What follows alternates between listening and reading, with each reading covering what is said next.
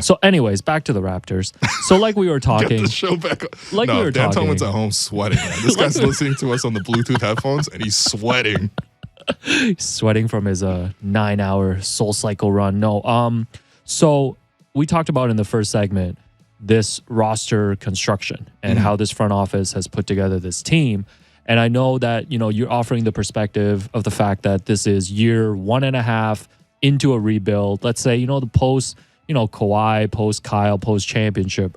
But I wanted to just dive in a little bit to the front office with you, kind of look at the pros and cons, the things that they have done well, things that they have not, and maybe get your insight too on what they should do or what the expectations are for this offseason.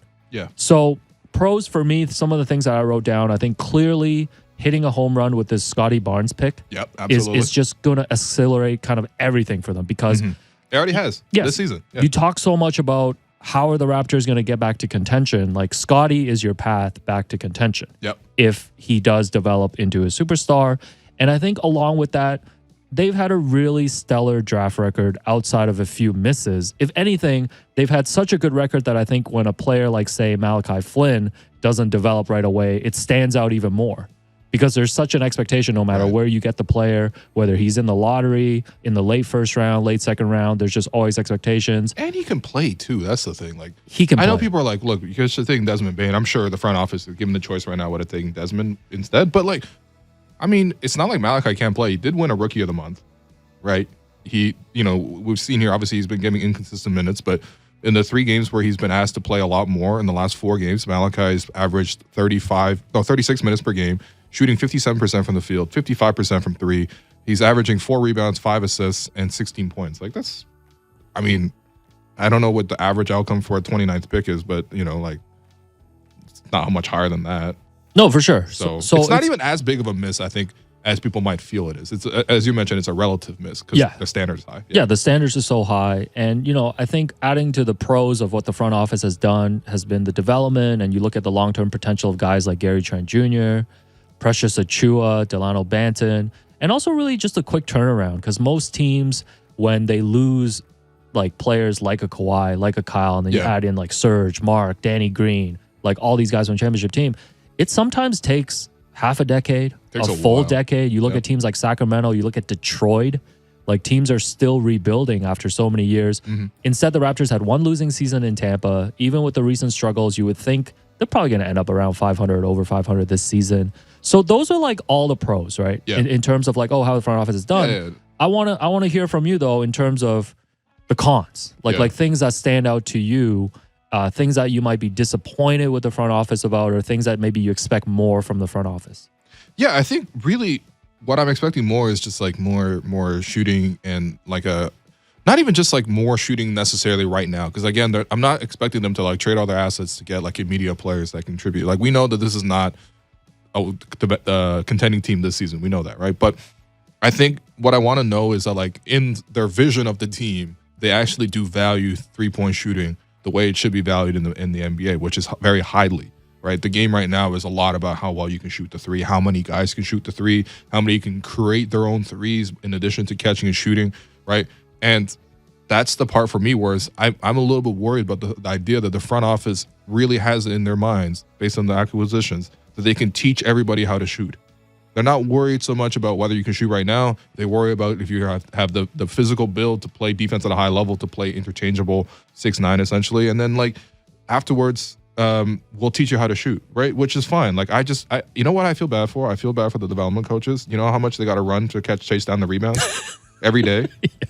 It's good cardio for them, you know? The great cardio. Jim Sand must be the most conditioned man on earth. Yeah. But in any case, like, I want to see a sign that they value shooting, right? Because I know they have taught shooting to a guy like OG, right? They have kind of taught shooting to a guy like Pascal, but like, we're talking about guys who really, really need work that like 3 or 4 years down the line can shoot.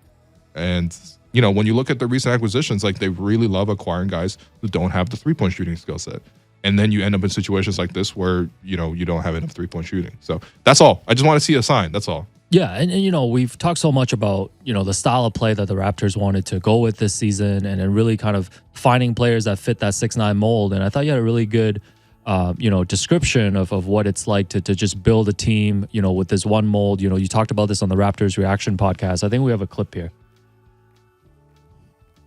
Basically, the way the Raptors build the roster is like if you pack for a trip and only pack 2 pairs of underwear, like you're eventually going to run into some real issues. People are going to look at you like you're really foul.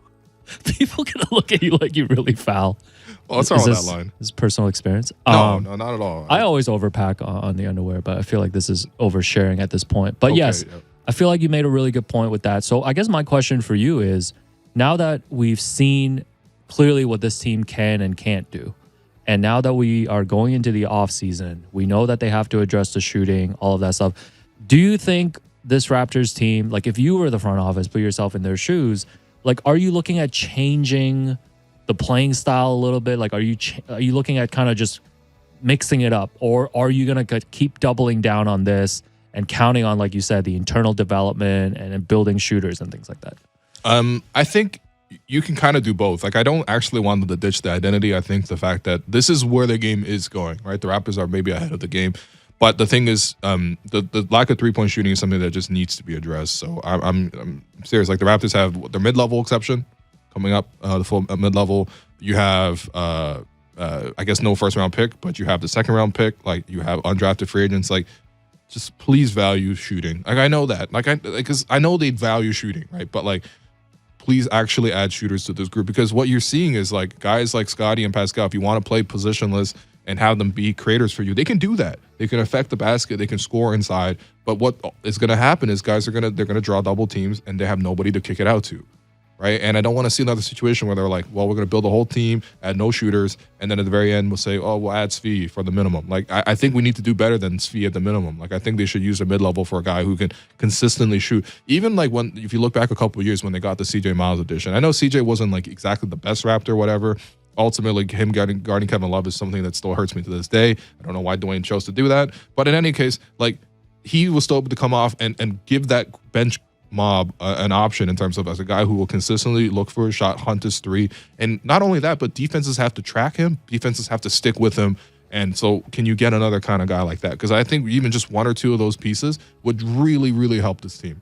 And I talk about not even just like help them win in the short term, help the other guys develop. Because when you're looking down years down the line, when Scottie's the number one guy for you and he's the star player, like, I still don't anticipate him being the one that's splashing threes for you. He's still going to be driving to the rim and playing downhill, but you're going to need him to be able to find the reads, find the kickouts, and that's where you would hopefully have really good shooters available for him. So why not even give him that opportunity to develop and expand his skill set right now by giving him some shooters so that he's not just driving into traffic like he's doing in the last couple of games here. Yeah, the Raptors, the one thing I'll call out about them, especially these last 2 seasons, is they just have not been able to fill out these bench positions.